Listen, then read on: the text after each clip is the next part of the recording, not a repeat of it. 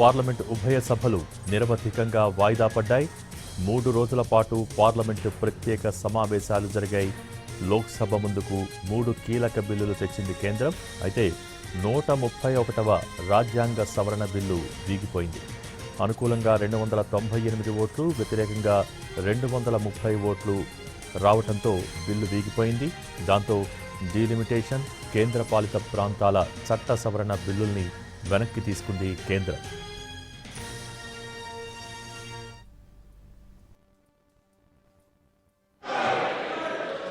सभा की कार्रवाई अनिश्चित काल के लिए स्थगित की जाती है।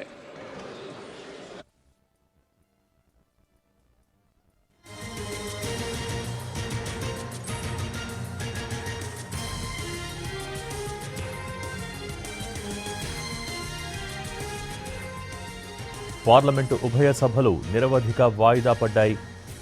3 రోజుల పాటు జరిగిన ప్రత్యేక సమావేశాల్లో 3 కీలక బిల్లులు తెచ్చింది కేంద్రం. 131వ రాజ్యాంగ సవరణ బిల్లుకు అనుకూలంగా 298 ఓట్లు పడ్డాయి. వ్యతిరేకంగా 230 ఓట్లు రావడంతో బిల్లు వీగిపోయింది. దాంతో డీలిమిటేషన్, కేంద్రపాలిత ప్రాంతాల చట్ట సవరణ బిల్లుల్ని వెనక్కి తీసుకుంది కేంద్రం. Stands assumed.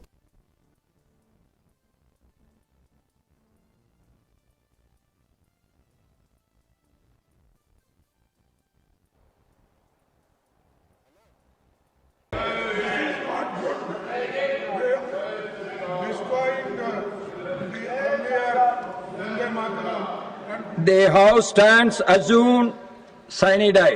Thank you, everyone.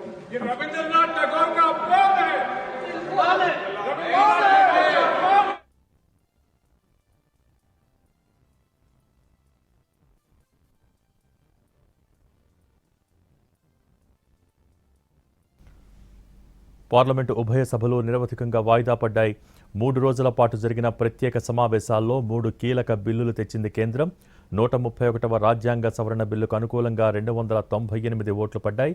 వ్యతిరేకంగా 230 ఓట్లు రావడంతో బిల్లు వీగిపోయింది. దాంతో డీలిమిటేషన్, కేంద్రపాలిత ప్రాంతాల చట్ట సవరణ బిల్లుల్ని వెనక్కి తీసుకుంది కేంద్రం.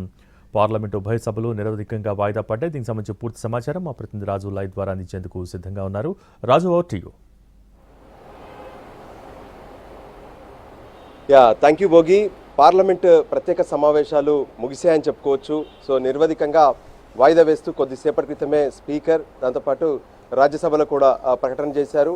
వాస్తవానికి 3 రోజుల పాటు ఈ పార్లమెంట్ సమావేశాలు ఉంటాయనుకున్నారు. ప్రత్యేకమైనటువంటి పార్లమెంట్ సమావేశాల్లో మహిళలకు 33% కల్పించేటటువంటి రిజర్వేషన్ బిల్లు, దాంతోపాటు దేశవ్యాప్తంగా ఉన్నటువంటి అసెంబ్లీలోనూ పార్లమెంట్లోనూ నియోజకవర్గాలకు పెంపుకు సంబంధించినటువంటి బిల్లు, మరోవైపు కేంద్రపాలిత ప్రాంతాల్లో డీలిమిటేషన్కి సంబంధించినటువంటి ఈ 3 బిల్లులను తీసుకొచ్చేందుకే ఈ ప్రత్యేక పార్లమెంట్ సమావేశాలను ఏర్పాటు చేశారు. అయితే సమావేశాలు ప్రారంభమైనటువంటి రోజునే లోక్సభలో ముఖ్యంగా ఏదైతే ఈ డీలిమిటేషన్ బిల్లుతో పాటు మహిళా రిజర్వేషన్ బిల్లు, కేంద్రపాలిత ప్రాంతాల పునర్విభజన బిల్లును కూడా ప్రవేశపెట్టారు. ఆ సమయంలోనే దానికోసం డివిజన్ కోరింది ప్రతిపక్షం. దానికి అనుగుణంగానే డివిజన్ కోరిన తర్వాత ఓటింగ్ తర్వాతే సభ అడాప్ట్ చేసుకుంది. లోక్సభలో దాదాపు 22 గంటల పాటు దీర్ఘకాలికంగానే చర్చ కొనసాగిందని చెప్పుకోవచ్చు. మహిళా రిజర్వేషన్లు, డీలిమిటేషన్ బిల్లు, దాంతోపాటు కేంద్రపాలిత ప్రాంతాలకు సంబంధించినటువంటి పునర్విభజన బిల్లులపైన.